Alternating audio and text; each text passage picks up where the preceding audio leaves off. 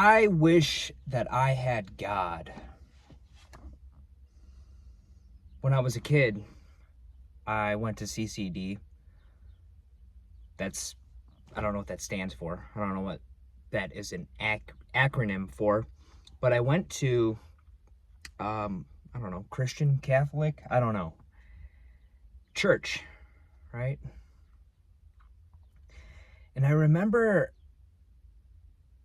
I would have thoughts in my mind of like curse words, like swear words, right? Like I'd say fuck in my head.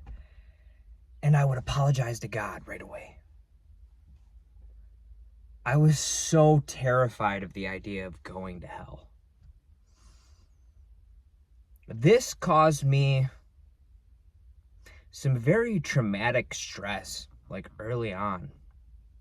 Some anxiety that I deal with today, some like rumination, something that is definitely somewhere on the obsessive compulsive spectrum, for sure. I'm not saying that particular religion was the cause of that, but I'm an atheist. I consider myself, hold on. I'm agnostic. We're all agnostic. No offense, okay? But give me a minute here. Let me explain. I believe we're all agnostic because agnostic means that you are basically acknowledging that you don't know, and none of us really do know, right? So, for the longest time, that's how I identified, and then I would I would say that no, I'm not agnostic because agnostic is everybody, right? I'm atheist because I do believe that there's a good chance that when you die, when you pass away, it's just like before you were born. It's like nothingness, you know? I know atheists is like, I don't know, anti-theist. But in doing some research, and not just in doing research, but in going with my gut tells me, and my lived experience in my 35 years on this planet tell me that, well, I'm conscious. No, I'm lying to you guys. I gotta call myself out. I'm lying right now. This was a conversation that I had with somebody else who is a theist, and we have the debates. He's trying to talk me into going to church, etc. And we have these conversations on the phone, and he got me. He served me up a cold dish of, what do you got for me? What's your comeback? And he was right. And we were having a discussion. He got me to acknowledge that I'm insignificant. I acknowledge that. Obviously, we're nothing compared to the earth. And the earth, this pale blue dot, right? Carl Sagan. Compared to everything, compared to the universe, is so nothing. It's all nothing. Like, what makes me more significant than a single bacteria in my gut, of which there are trillions, right? And that is the earth compared to the universe. Yet, I'm aware of my own existence. So, if I'm insignificant, who am I to say that there's not something that's much greater than us, which obviously there is, that isn't aware of its own existence? And this is where we get into pantheism. This idea, I don't know where I was reading it at. It was this concept of monads. I think it's just like a thought experiment or whatever, but monads is like the idea that every living thing on Earth, let's just say, because as far as we know that every living thing is on Earth, but let's just say, has a, like consciousness is not a binary thing, it's like a spectrum. And there's monads are like a unit of this is how I understand, I might be fucking this up, but monads are like a unit of measurement for consciousness, right? So like maybe an ant has one monad and a human has like 1,000 monads. I don't know. But if I'm so insignificant, which I do acknowledge, then who am I to say that there's not something that's much greater than us, which again, there is, obviously. And why wouldn't that thing be aware of its own existence? Now, my personal gut has always been like, there's a Nikola Tesla quote, for example, and I always point to this. I don't know. I think it should blow everybody's fucking mind if you go and look this quote up, because not only does Nikola Tesla talk about God in the same quote in 1929, but he also talks about, he predicts smartphones, yes, smartphones, and FaceTime. I shit you not, this fucking guy said in one quote, the world being one real and rhythmic whole brain in which it is, or whatever, and one day the devices, we will use these devices to connect and speak to each other irrespective of distance of thousands of miles, and the devices in which we will be able to do this, which will fit in a man's pocket, vest pocket, or something. The only thing bro got wrong is vest pocket. I'm not wearing a vest. I don't know about you.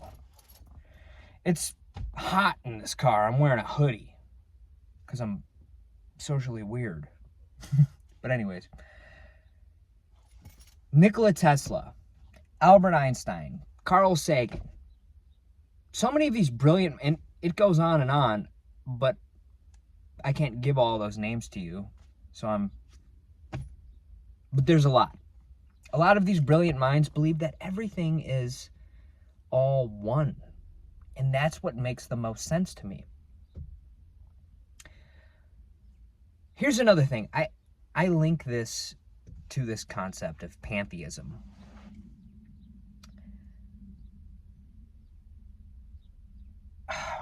I'm drawing a blank on it. Atomic.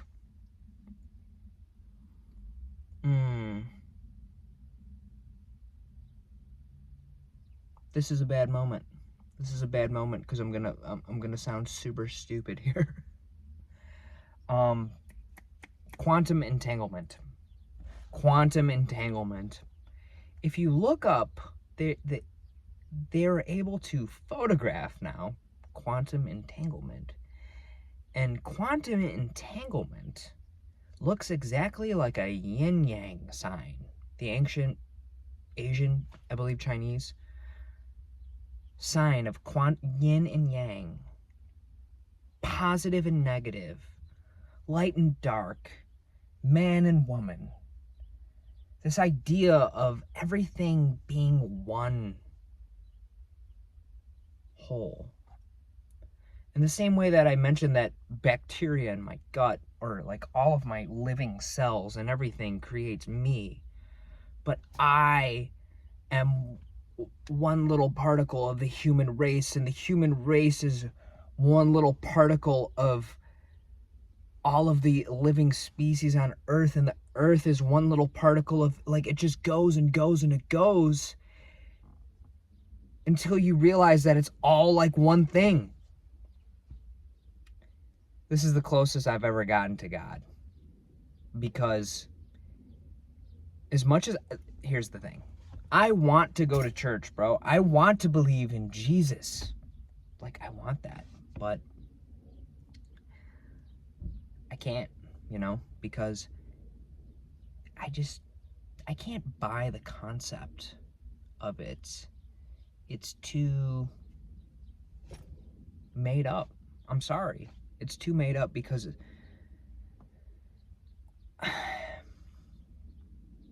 I need to see evidence with my own eyes. And that's the problem for anybody who, and I don't want to debate anybody anymore. I'm grown out of that, because I envy, look, you see me, I'm wearing a black t-shirt.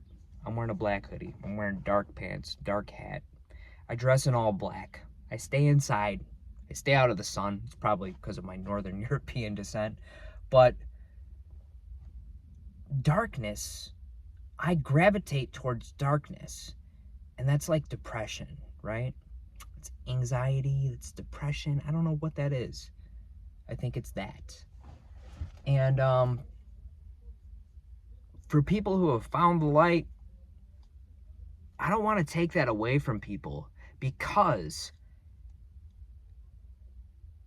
when I come across people that like are religious and truly believe in God, they have this wholeness to them. Like this, I can tell that this hole that I have inside of me is filled in them, and they have this like inner peace that, like, why would I want to debate that and take it away? Even if I could out logic them, how would that make me feel if I could, because ultimately it's all, wherever it is we're going, it doesn't matter, because it's all the same place. Well, hopefully, I don't know, hopefully there's not a heaven and hell. I think that's part of the reason why I am so atheist, so anti-theist, is because the idea of a hell annoys me, because people that are evil